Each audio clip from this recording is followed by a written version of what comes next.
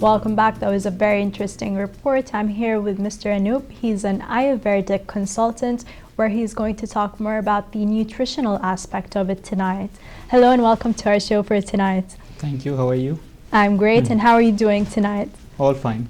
It's a pleasure to have you here on the show. And can you start off by introducing what Ayurveda, the lifestyle in general, means? Basically, Ayurveda is a 5,000-year-old science. In those days, the old sages, they found out that whole universe is made up of 5 basic key elements: the sky, the air, fire, water and earth. So these 5 basic elements are the vital components of our body also. So these 5 basic components form 3 life forces. We call it the 3 doshas. So these 3 life forces, if they are in balance in our body, we are healthy. We call these 3 life forces the Vata, Pitta and Kapha. In Arabic perspective, if you see it, Vata can be compared to Hawa, that you call it in Arabic. Yes. Pitta can be compared to Harara. And Kapha can be compared to oil in our body. So these 3 life forces, if they are in balance, they make the person healthy.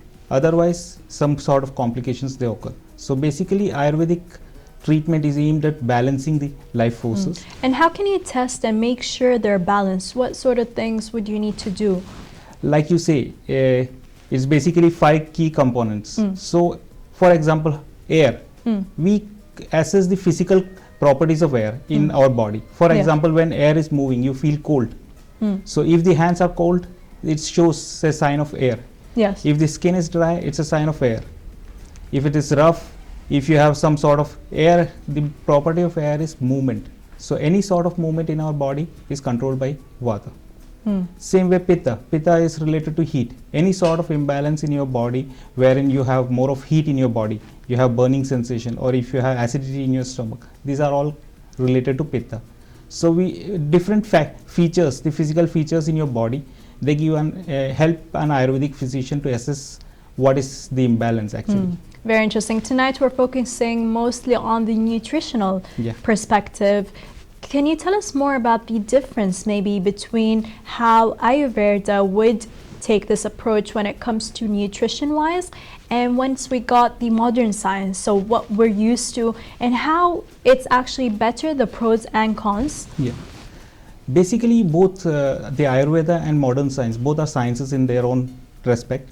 So basically, both have near about the same view. As I said, variety is the spice of life. So in Ayurveda also we insist on having a variety of fruits, vegetables, meat, fish and poultry to have lead a proper life. But still there are some differences. Differences in the sense Ayurveda is more broad based in its approach. There are many factors that are taken into consideration, and individual, it is more customized according to individual. There are persons, every person has a different lifestyle, every person is different in his body. So what sort of things would you look for when it comes to each individual and the nutrition for them? When you come to each individual, the first thing we take into consideration is the person's body type. As I told you about the 3 doshas or the 3 life forces, we first assess what is the predominant life force in each individual. We call it the body constitution or the prakriti. So we see which life force is more and which is less. So accordingly, the aim of the doctor is to prescribe a diet that will help him in balancing the life forces. Then there is age, because Ayurveda believes in each age there is a difference in the dosha level, the life forces level. For example, what sort of differences when it comes to younger people and maybe even in females and males? Does it differ as well when it comes to the diet plan? Yes, it does make a difference. For example, in young age we say kapha is more. You see this small child, it's a growing child. Yes. There is more of oil in his body. He normally is prone to have common cold because the kapha is more in the middle age. Middle age is a time when a person is very competitive. He wants to do a lot of things. That competitive spirit comes from the fire in his body. So middle age, physiologically, the fire inside the body increases. Then comes the old age. Old age, when the body becomes all dry, the joints become dry. So that shows that the old age, there is more of vata. And what sort of foods would you recommend for each age group? Each age group, according to the dosha level and the person's individual body type, we have a different food for each age group. For example, growing age group, we should have a different food. The middle age group, when the fire is more, we have to have a different. And the old age group, normally you must have seen the old age people in our homes, they don't like cold foods. Yes. That's because the vata is already high. The hawa that you call in Arabic is already high. Very interesting. Right now on the screen, I believe there are various images concerning this topic. Can you tell us more and comment upon what we're seeing? Like this thing, what we are seeing it right now is a lot of nuts, oils, and seeds. Those are healthy fats? These are healthy fats. Means actually there was a time when people used to vilify fats, that fat is not good. Yes. That's a totally a misconception. In fact, our body, brain, skin, and most of the body organs are made up of fat, entirely of fat. So it's very important to have those fats. Yeah, very Is true. it on daily basis or? Yeah, it's on daily basis. And what about this table? Can you tell us more about it? This table is actually helping in assessing the relation of the taste and the properties. For example, the sweet taste. Sweet taste is basically helps in increasing, reducing the vata and pitta, the hawa and the harara. Then sour taste. It increases, it reduces the vata. Yes.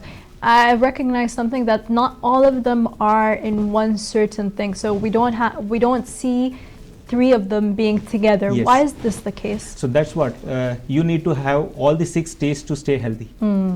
Means So you cannot stick to differs. one taste. Yes. So that's what. And what variety. about here? We're seeing different health benefits of coconut oil. Yeah. Coconut oil is supposed to be one of the healthiest oils on earth. In general, I generally recommend, according to the modern lifestyle, where the air and the heat inside the bodies are high. So I generally recommend coconut oil to be taken by each and everyone, except for people who are living in cold countries. So it's better for warmer areas. Yeah, warmer temperate climates, coconut oil is the most healthiest oil.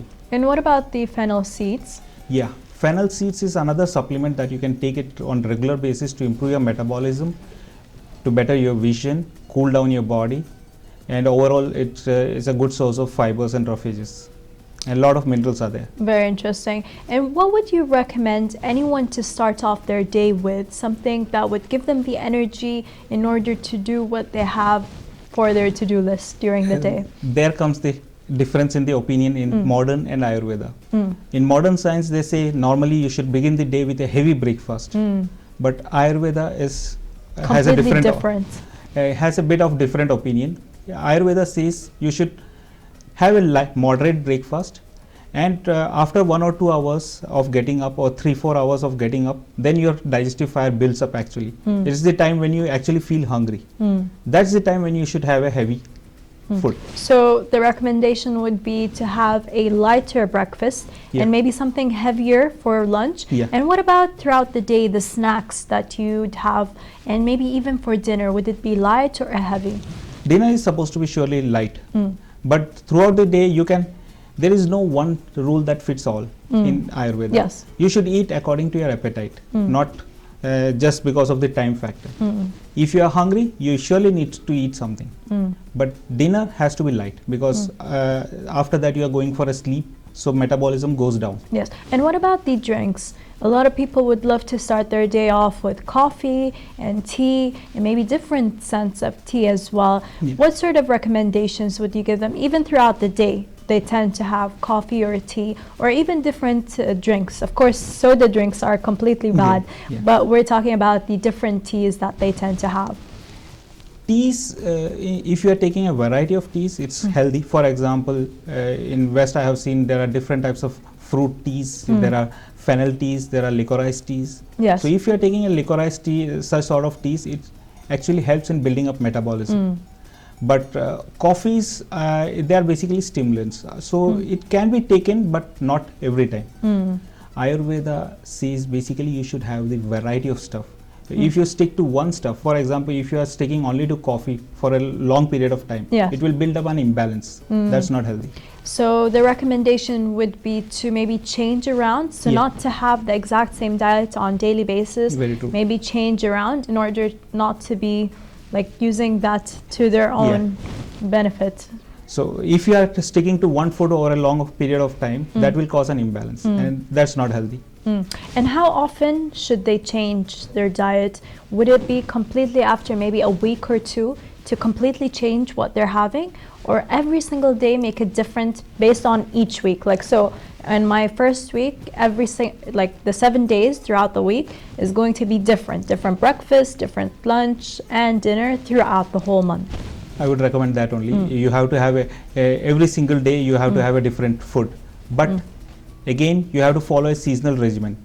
This clothes that you wear for summer is not the clothes that you wear for winter. Yes. The same way you have to have a different food according to different seasons. Interesting. That brings me to the next question. Can you tell us more about the seasonal type of food that we should have, especially for winter and then coming to summer?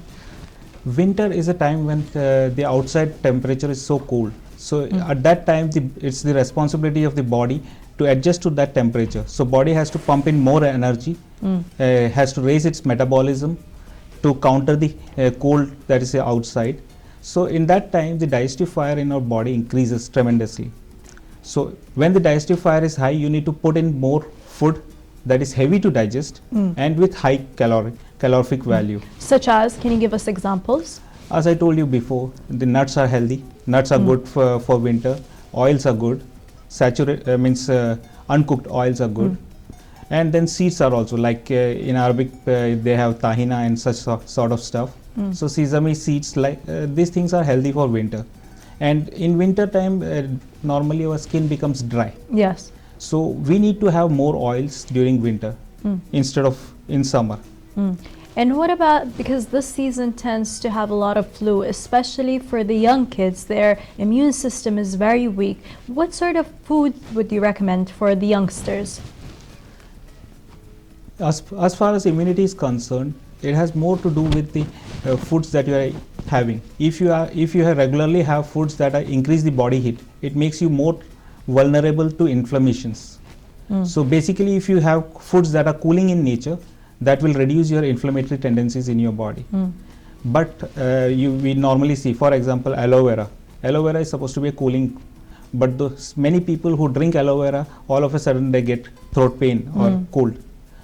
There is a way of taking it. When you take aloe vera, after that you can take a sip of hot water just to protect your throat from the temperature variation that has come. And what's the amount that they should get of aloe vera? Is it 1 cup or half a cup? What sort of thing would they have to take? It depends upon the concentration of aloe vera, but generally it's like 30 to 100 ml. It depends on the species of aloe vera that's available. And what are the different types of aloe vera? Aloe vera, there are more than 120 types of aloe vera. Very nice. And what are the most common ones that are very good for the flu? Aloe barbadensis Miller is supposed to be the very best quality of aloe vera that's available.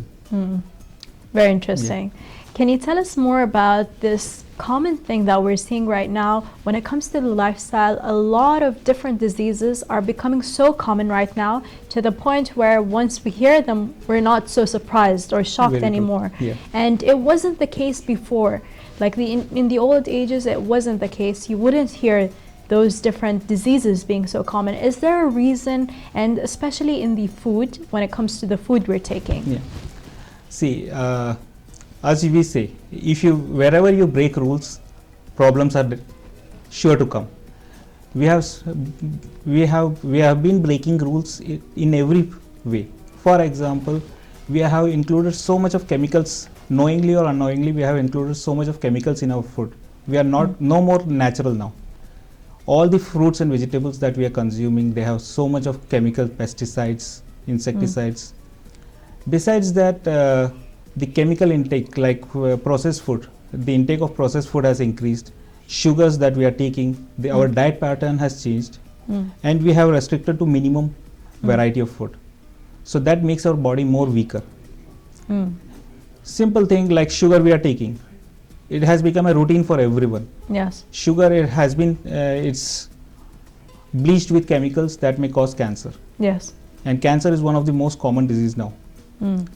It is so sad to hear that. Yeah, and white flour, that it has also become another part of our life. The white breads that we are eating is also bleached.